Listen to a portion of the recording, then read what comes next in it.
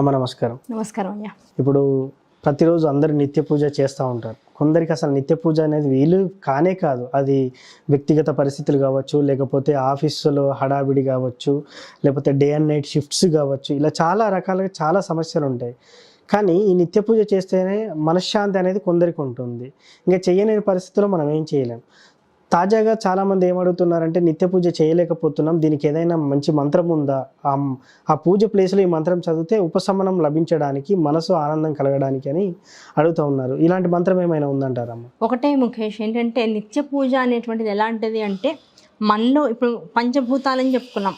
అవును. తాకట్టులో ఉన్న బంగారాన్ని విడిపించి ఆ రోజు ఆన్లైన్ రేటుకే మేము కొంటాం. Sharma gold company. ప్రపంచాన్ని రక్షిస్తుంది ఆకాశము, గాలి, నీరు, అగ్ని, భూమి, 5 పంచభూతాల వల్ల మొత్తం జగత్తు ఏర్పడింది. ఆ పంచభూతాల నుంచి ఏర్పడినటువంటి దిక్కులు, దాని నుంచి ఏర్పడినటువంటి జీవుల్లోంచి వచ్చినటువంటి రకరకాల విధానాలు, ఇవన్నీ కూడా జాగ్రత్తగా ఉండి వీటన్నింటి వల్ల మనిషి రక్షింపబడాలి అంటే వీటికి కాస్త కూస్తో. ఇప్పుడు మనకి ఒక మోతినగర్ లొకాలిటీలో ఉన్నాం, లేకపోతే మీరు యూసఫ్గూడ లొకాలిటీలో ఉన్నారు. మీ కాలనీకి రోజు రాత్రి 12 అయ్యేటప్పటికల్లా ఒక ఆయన వస్తాడు, జాగ్రత్త రహు అని కర్ర పట్టుకుని నేలకు కొట్టుకుంటూ వెళ్తూ ఉంటాడు. ఆయన వల్ల మనం ఎంతవరకు రక్షణ పొందుతున్నాం అది తర్వాత విషయం. ఆయన ఎంతవరకు మనకి సేఫ్టీ ఇస్తున్నాడు అనేది తర్వాత విషయం. కానీ ఆయన ఒకడు తిరుగుతున్నాడు అనేటువంటిది మాత్రం మనకి తెలుసు. సార్ నో, ఆయన అనేవాడు మన కోసం నిద్రను త్యాగం చేసి తిరుగుతూ ఉన్నాడు. అవునా కదా?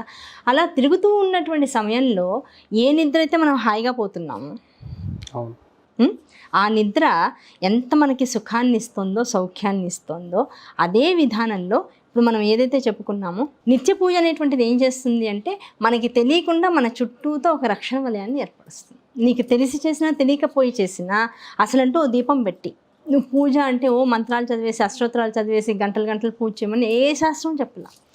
కనీస పక్షంలో నీ కళ్ళు ఉన్నాయి కనుక దీపం వెలిగించు, ఈ జ్యోతికి ఆ జ్యోతికి ఈక్వల్ అయిపోతుంది. నీకు వాసన చూసే శక్తి ఉంది కనుక ధూపం వెలిగించు. అలాగే నీకు స్పర్శ, ఆ మెత్తదనం తెలిసేటువంటి అనుభూతులు ఉన్నాయి కనుక పువ్వు పెట్టు అమ్మవారికి. ఓకే, పువ్వు మెత్తగా ఉంటుంది, అది తీసి చక్కగా అమ్మవారి మీద చక్కగా పెట్టు. దాంతోపాటుగా ఈ జగత్తులో ఉన్నటువంటిది అంతా కూడా ఉచ్ఛ్వాస నిశ్వాసాలు, ఇది లేకపోతే నేను అడ్డంగా పడుకోబెట్టేస్తాను. అవునా కదా? అవి నీలో నడుస్తున్నాయి కనుకనే ధూపం వెలిగించు అన్నారు. అవునా కదా? ఇవన్నీ అయిపోయిన తర్వాత ఏం చేసినా చేయకపోయినా, ఏ మనిషి అయినా సరే, ఏ మతం అయినా సరే, ఏ కులమైనా సరే, ప్రపంచంలో ఏ మారుమూల ప్రదేశంలో ఉన్నా సరే, ముందు చేసే పని ఏంటి? మనిషి అన్న తర్వాత తినడం. అవునా కదా? నువ్వు తింటున్నావు అంటే అర్థం ఏమిటి? ఏదో శక్తి నీకు ఏదో ఇస్తోంది. ఏది ఇవ్వని రోజున ఏమవుతావు? నువ్వు తినడానికి ఏమి ఉండదు. కనుక ఏదన్నా ఒకటి మనం నోట్లో వేసుకుంటున్నాము అంటే అర్థం ఏంటంటే మనకు తెలియకుండా ఒక శక్తి ఏదో మనకు కావాల్సిన దాన్ని రెడీ చేస్తుంది, దానివల్ల మనకి తినడానికి ఇంటికి వస్తుంది. ద సేమ్ టైం మనం అన్నం తింటున్నాము అంటే మనం తినే వస్తువుని మనకి తెలియనటువంటి ఒక శక్తి, దాని పేరు నువ్వు ఏదన్నా పెట్టుకో, సాయిబాబా పెట్టుకో, శివుడు పెట్టుకో, ఆంజనేయ స్వామి పెట్టుకో, లేకపోతే ఏమో యేసుక్రీస్తు పెట్టుకో, లేకపోతే అల్లాను పెట్టుకో, లేకపోతే ఇంకో గురుద్వారాలో ఉండేటువంటి గురు సాహిబ్ అనుకో, ఇంకోళ్ళు అనుకో, లేకపోతే ఇంకెక్కడికో వెళ్ళిపో, నీ ఇష్టం. ఏమీ పెట్టుకోకు, మీ అమ్మ అనుకో, మీ నాన్న అనుకో, నువ్వు ఏ పేరన్నా పెట్టుకో, దానికి పేరుతో సంబంధం లేదు. ఒక శక్తి, ఆ శక్తి ఏం చేస్తుంది అంటే నీకు కావాల్సిన దాన్ని ప్రొవైడ్ చేస్తుంది. నీకు ఇచ్చిన దాన్ని, ఇప్పుడు మనకి నెలసరి జీతం వస్తుంది, అవునా కదా? ఎక్కడో మనం పని చేస్తున్నాం, ఆ పని చేస్తుంటే ఆ పని చేసినటువంటి దానికి యజమాని ఉంటాడా? ఆ యజమానికి ఎప్పుడు మనం ఏం కోరుకుంటాం? ఈయన బాగుంటే నేను బాగుంటా, అవునా కదా? ఈయన బాగుంటే నేను ఆటోమేటిక్గా బాగుంటా, కనుక ఈయన ఎప్పుడు పచ్చగా ఉండాలని కోరుకుంటాం, అవునా కదా? అది ధర్మం. అలాగే నేను బాగున్నాను అంటే అర్థం ఏమిటి? ప్రపంచంలో ఉండేటువంటి ఆ మూలశక్తి ఏదైతే ఉందో అది నన్ను చాలా కాపాడుతోంది అని అర్థం. ఆ మూలశక్తి పట్ల కృతజ్ఞతాభావనని చూపించడమే పూజ, అంతకుమించి ఏమీ లేదు. Thanks giving. పక్కింటి వాళ్ళు గట్టిగా ఒక పూట మనకు చిన్న సహాయం చేసి, మనం ఇలా బయటికి వెళ్తున్నాం, చిన్న పిల్లవాడు ఇంట్లో 1 year అబ్బాయి పడుకున్నాడు, వాడిని తీసుకెళ్ళడం ఇష్టం లేదు, ఎందుకు లేండి ఒక్క నిమిషం, వాడు లేవడు, 99% పిల్లవాడు లేవడు, కానీ నేను ఒక్క 1 minute బయటకు వెళ్ళేసి వస్తానండి, కాస్త చూస్తూ ఉండండి, తలుపు గ్రిల్ వేసేసి ఆవిడకి ఇంట్లో అప్పగించేసి బయటకు వెళ్ళాం.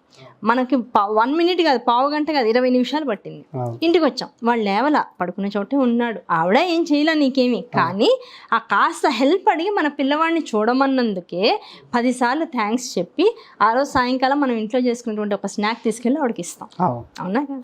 ఏంటి, ఏమీ చేయకుండానే నువ్వు అడిగావు, ఆవిడేం చేయలా, నీకు కావాల్సిన హెల్ప్ చేయడానికి ఆవిడకి పరిస్థితులు ఏం రాలా, అడిగినందుకే ఇంత చేస్తున్నావు, మరి నీకు ఇంత ఇచ్చిన వాడికి నువ్వేం చేయాలి? That is called thanks giving. లేదండి మాకు సమయం లేదు, మాకున్నటువంటి పరిస్థితులు మాకు అనుకూలంగా లేవు, మీరు చెప్పింది చాలా సింపుల్ రెమెడీలా అనిపిస్తుంది, దీపం వెలిగించడం, పుష్పం పెట్టడం, కాస్త గంధం స్వామికి సమర్పించడం, దాంతోపాటుగా ధూపం వేయడం, నైవేద్యం పెట్టడం, ఇవి పంచోపచార పూజ అంటారు. ఈ మినిమంలో మినిమం ఇది కూడా చేయలేనప్పుడు కనీస పక్షంలో ఇంకా ధర్మం ఇంకా దిగింది.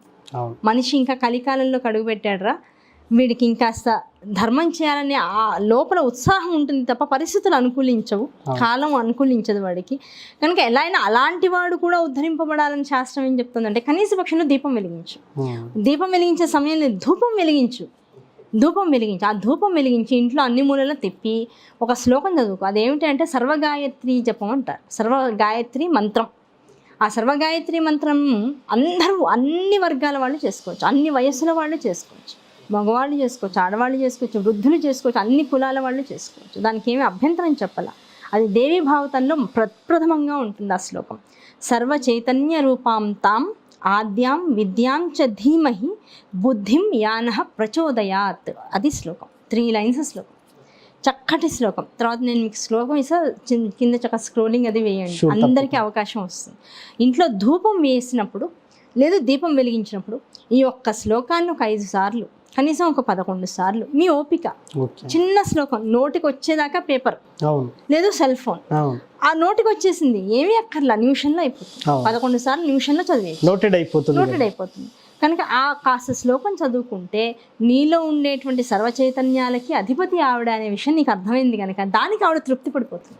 ఓకే, దీనికి అహంకారం లేదు, నన్ను నమ్మింది, నేనేదో నన్ను రక్షిస్తున్నా అనేటువంటి నమ్మకం దానికి ఉంది అనేటువంటి విషయం శక్తికి తెలియాలి, తెలిసి మనల్ని రక్షిస్తుంది. కనుక ఏ పూజలు చేయలేకపోతున్నామండి, మా పరిస్థితులు ఇలా ఉన్నాయి, ఏమీ రెమెడీ లేదా అంటే ఏమీ లేదండి, మీరు సర్వనాశనం అయిపోతారు, లేకపోతే మీకు సకల పాపాలు దొరుకుతాయని శాస్త్రం చెప్పాల. మినిమంలో మినిమం ఈ శ్లోకం చదువుకో, కనీసం ధూపం వెలిగించి ఇంట్లో రోజు, అది కూడా లేకుండా ఇల్లు ఉంచుకో, అది శ్మశానంతో లేకున్నా ఒకటే. కనుక ఇల్లు నీకుంది అంటే అర్థం ఏంటంటే అందులో చిన్న లైట్ వెలగాలి, ఓ దీపం వెలగాలి, దాంతోపాటు కాస్త ధూపం వెలగాలి. అంటే ఇప్పుడు మీరు చెప్పిన దాని ప్రకారం దీపం వెలిగిస్తేనే మన జీవితంలో వెలుతురు లాంటి జీవితం ఉంటుంది అని. నాకు మార్గం కనబడట్లేదండి, అసలు నేను ఎటు వెళ్ళాలో నాకు వే లేకుండా అయిపోయింది, నేను చాలా చాలా కష్టమైన పరిస్థితుల్లో ఉన్నానంటారు చాలా మంది అంటూ ఉంటారు. నేను ఒకటే చెప్తా, పొద్దునపూట దీపం వెలిగించండి అయ్యవారి ముందు. మీరు నమ్ముకున్న దేవుడు, అది మీ దేవుడు, ఏ దేవుడన్నా బాగా. చాలా మంది క్రిస్టియన్స్ నాకు ఫ్రెండ్స్ ఉన్నారు, ఓపెన్ గా చెప్తున్నాను నేను నాకు ఏ భయం లేదు. చాలా మంది అడుగుతారు, నేను ఒకటే చెప్తాను, మేము దీపం వెలిగిస్తాం, మీరు క్యాండిల్ వెలిగిస్తారు, వెలిగించవే రోజు దేవుడికి మీరు నమ్ముకున్నటువంటి ఆ దేవుడు ముందర క్యాండిల్ వెలిగించు, నీ మనసులో ఉన్న కోరిక చెప్పుకో, దాని గురించి నువ్వు ఎంత తాపత్రయపడాలో అంత తాపత్రయం పర్ఫెక్ట్ గా ముందు దేవుడి దగ్గర పడు, ఆటోమేటిక్ గా నీకు ఆ శక్తి వస్తూ ఉంటుంది. ఎవరు నమ్ముకునే శక్తి వాళ్ళు, వాళ్ళకి శక్తిని ఇవ్వాలి. నువ్వు అన్నం తింటున్నావు, నీ కంచంలో ఉన్న అన్నం నీకు శక్తి ఇవ్వాలి. నేను అన్నం తింటున్నా, నా కంచంలో ఉన్న అన్నం నాకు శక్తి ఇవ్వాలి. నీ కంచాన్ని చూస్తూ నేను తినడం మానేస్తే శక్తి కోల్పోతావు, అంతే కదా. కనుక ధర్మం ఇలాంటిది, మతం కంచంలో ఉన్న అన్నం లాంటిది. దాన్ని పట్టుకుని మనం పోట్లాట్లకి లేకపోతే గోళలకి వెళ్ళామంటే ఎవరి కడుపు నిండదు, అందరూ శక్తి విహీనులు అయిపోతారు. ఎవరి నమ్మకాన్ని వాళ్ళు పెంచుకోవాలి, ఎవరి నమ్మకాన్ని వాళ్ళు పట్టుకుని ఎవడి ధర్మాన్ని అనుసరించి వాడు ముందుకు వెళ్తే అందరికీ మంచి జరుగుతుంది, అందరికీ బాగుంటుంది. ఆ నమ్మకము, ఆ కృతజ్ఞతాభావం లోపల ఉన్నదాన్ని వెలిబుచ్చడమే పూజ. Super madam, thank you madam. నిజంగా నిత్య పూజ చేయాల్సిన అవసరం లేదు, కానీ కనీసం అగరబత్తీలైనా వెలిగించాలి, తగిన మంత్రం అయితే చదవాలని చెప్పారు. Thank you so much. Thank you. So నిత్య పూజలో భాగంగా చేయకుండా ఉంటే ఆ ఇల్లు అనేది చీకటితో బోసిపోతుంది, అది శ్మశానంతో సమానం. అలాంటప్పుడు కనీసం 2 అగరబత్తీలైనా వెలిగించి అమ్మగారు చెప్పిన మంత్రం చదివినట్టయితే మీకు సకల ఐశ్వర్యాలు కలుగుతాయి, ఆ ఇంట్లో అభివృద్ధి ప్రసాదిస్తారని కూడా చెప్పారు. ఇది వాటి కార్యక్రమం, మళ్ళీ కలుద్దాం.